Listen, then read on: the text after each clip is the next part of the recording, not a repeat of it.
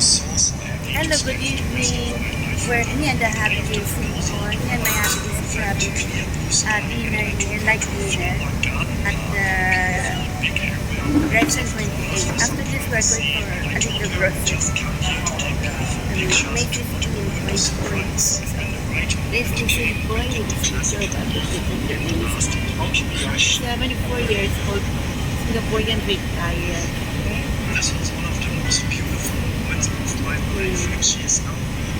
Me and my happy days Singapore. May 15, 26. Enjoy Singapore, me and my happy days.